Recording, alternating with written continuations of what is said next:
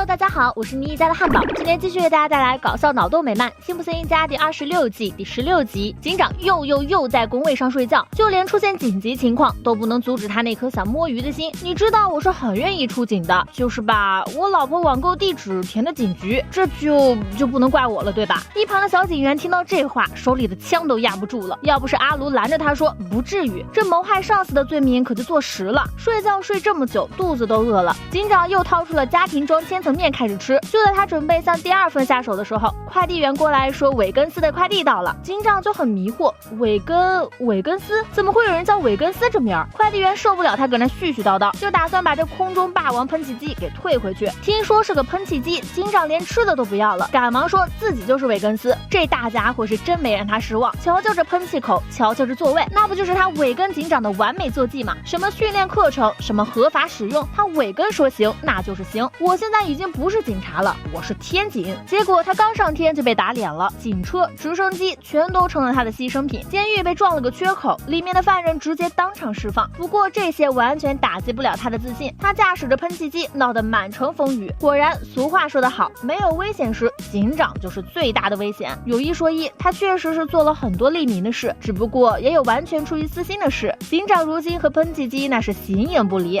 他洗澡都不洗，就怕有人觊觎他的小喷喷，但拿了别人的东西始终要还的。真正的韦根斯找上门来了，他是军官，这架喷气机本是军用的，警长再霸占也就没道理了。可他还真没打算还，操作着喷气机又上了天。不过这次他就没这么好的运气了，不一会儿这机器就被打烂了，他也被迫舍弃了这宝贝。你将永远都是我臀部的那一阵清风。被放生后的喷气机在镇上到处流窜，还不小心染上了轮胎山的火星，最后把教堂给引燃了。今天恰好是礼拜日，辛巴和小新早就厌烦了每周日的这个活动，所以当看到教堂被烧焦之后，父子俩别提有多高兴了。上帝听到我的祈祷了。辛巴的想法显然与他们截然不同，他可是虔诚的上帝信徒，没有教堂他还怎么与上帝交谈？更糟糕的是，保险公司不会赔偿这次的损失。如此一来，教堂重修的日子便是遥遥无期，可能不久后这块地就得卖给地产商，然后拿去建写字楼、连锁药房什么的。一想到这些有可能成为事实，几个虔诚教徒就头皮发麻。这时辛巴站出来了，他说教堂是社区的核心，人们在此度过了很多人生的重要时刻，所以他决定在重建之前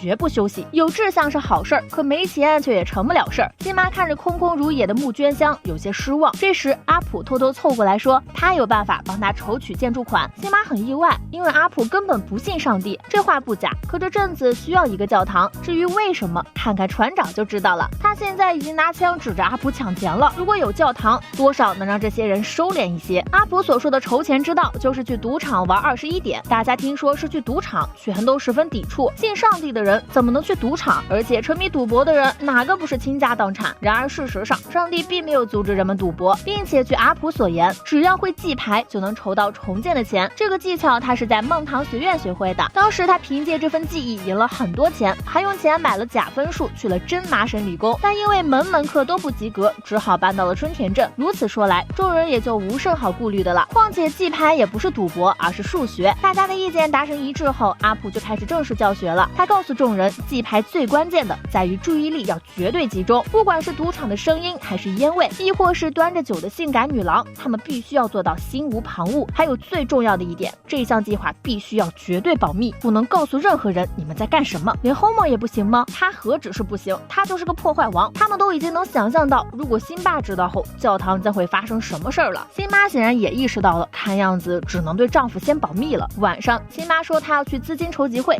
辛巴就顺嘴问了一下怎么这么晚，辛巴就顺嘴一编说要演时事讽刺剧。这个好啊，辛巴都等不及让妻子赶紧去排练了。今晚是他们去检验成果的时候，阿普告诉他们21点的玩法就是大家坐在不同的赌桌上下小注，同时在脑中计算还剩多少大牌，其他的东西一概别管。当大牌出现的几率大时，就是热门局，这时就需要发暗号让终结者过来，终结者下的注最高，赢的最多。但行动的时候务必小心，因为赌场周围布满了眼线，一旦发现被人盯上，就要立刻发出撤退的信号。阿普这方法果然奏效，仅1个晚上，他们就赚得盆满钵满。再有1个晚上，教堂就能被修得别具一格了。为了庆贺他们往前迈了一大步，众人还点了几杯高雅的酒助兴。回到家的时候，辛巴已是醉醺醺的了。Homer，我们成功了！趁着这股兴奋劲儿，他对着辛巴是又抱又亲。亲热过后，辛巴还给他煎了牛排。这生活简直不要太美好，没什么比演讽刺剧更好的事儿了。一听这话，辛巴立刻清醒了过来。辛巴又问他剧里的小品讲的什么，场景之间如何切换，以及歌曲的内容是什么。辛巴就只得发挥毕生所学，去把这谎话边缘。说有首歌讲的是民主共和2党不和，歌名是猫与狗。辛巴沉默了一会儿，突然笑了起来，这句排得不错，真有你的。听到这话，辛巴才松了一口气。次日又到了阿普讲学的时间，他告诉众人别得意，因为他们肯定已经被赌场盯上了，所以他们现在需要乔装打扮一下。辛巴还有些犹豫，牧师就已经换好了一身装扮，有了牵头的，众人也就不再顾虑。兄妹俩放学了，他们争先恐后的想要告诉妈妈，今天学校的冰箱坏了，都走到卧室门口了，还在打闹。正值间，突然听到妈妈在打电话，好的，我10点到赌场。两人抑制不住好奇，就问了原因。这俩机灵鬼可不容易糊弄，于是辛巴就把事情告诉了他们，并嘱咐他们不要让辛巴知道这件事，还说他们已经长大了，相信他们能处理好大人的信息。这高帽子一戴，不答应也答应了。辛巴同时也保证，等明早他们把钱带回来的时候，他就会把一切向辛巴和盘托出。众人再到赌场，已经完全变了模样。这次冲大款的还是弗兰德，他们用同样的办法再次赚得盆满钵满。这金钱的味道简直该死的迷人。弗兰德拉过同伴们的手，感恩那位仁慈的主，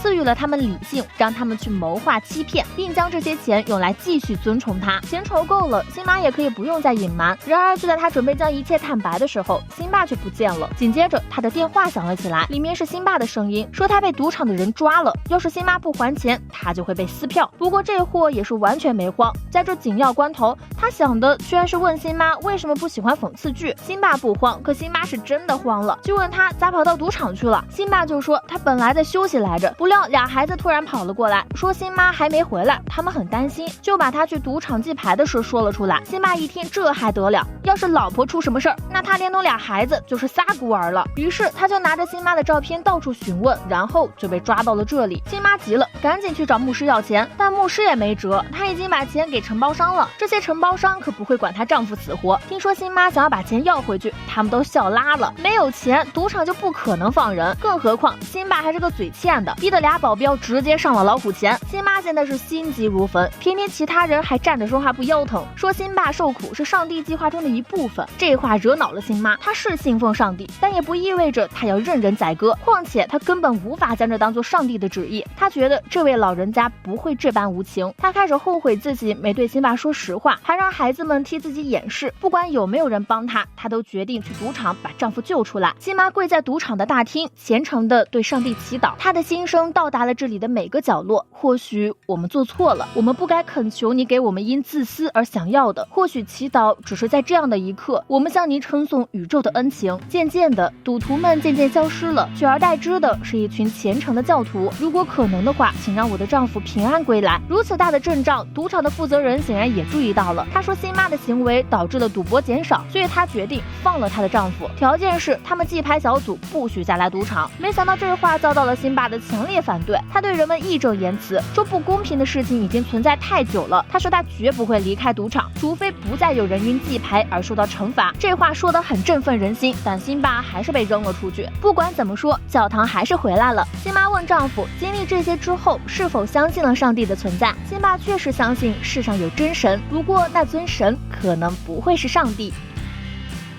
本期视频就到这里了，喜欢的小伙伴别忘了点赞、评论、加关注，咱们下期再见，拜拜。